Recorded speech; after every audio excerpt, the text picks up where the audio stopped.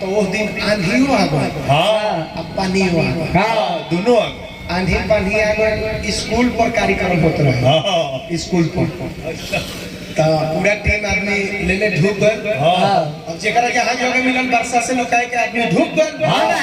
आ ताले संयोग के बाद कि रोशन भैया के नचनिया में जौना रूमो में हेल रहे ओही रूमो में हम हेल गए। बारिश होता, बारिश के आनंद सब कोई लेता है भाई। अब हम कहने की अब तो बरखा छुट्टी तब लोग घरे चले जाएंगे। हाँ जी तो आराम करियो का करे को। हाँ दोसर का तो वही में एगो बोरा धर रहे।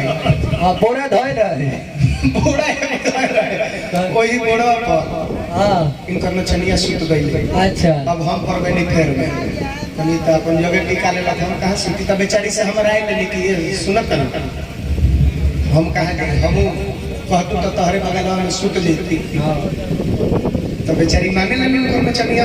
हाँ बड़े दिल से मैंने कहती आई ना छुट्टी ना का भंगा ये सुती हम ओहे बोरवा पर सुत गई। अच्छा सुत गई एक मिनट सुतनी से करे बाद हम कहनी कि सुन ना मजाक में तार ढोली में उंगली करी।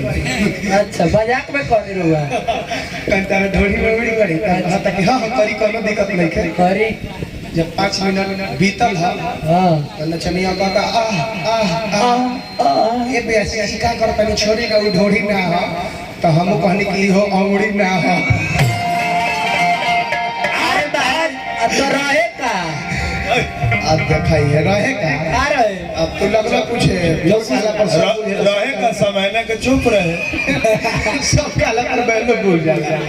यही तरह जानी लोग कि एक दिन इनकर मेहरान अच्छा रोशन भाई के पढ़ल लिखल नहीं है महान पर बिया गइल ले गइल अपन हे बढ़िया रेस्टोरेंट में कहले कि बोला का खाइबो तो कहतिया कि बोला का खाइबो जो रोला खाइबो हमहु खा ले। तो कहले कि चलो मेनू मंगावे दो तनी का जब वहां रहलन सब ले आवे अलग खाना ओकर से कहले कि भाई मेनू ला पेनकर मौगी बता हम मेनू खा।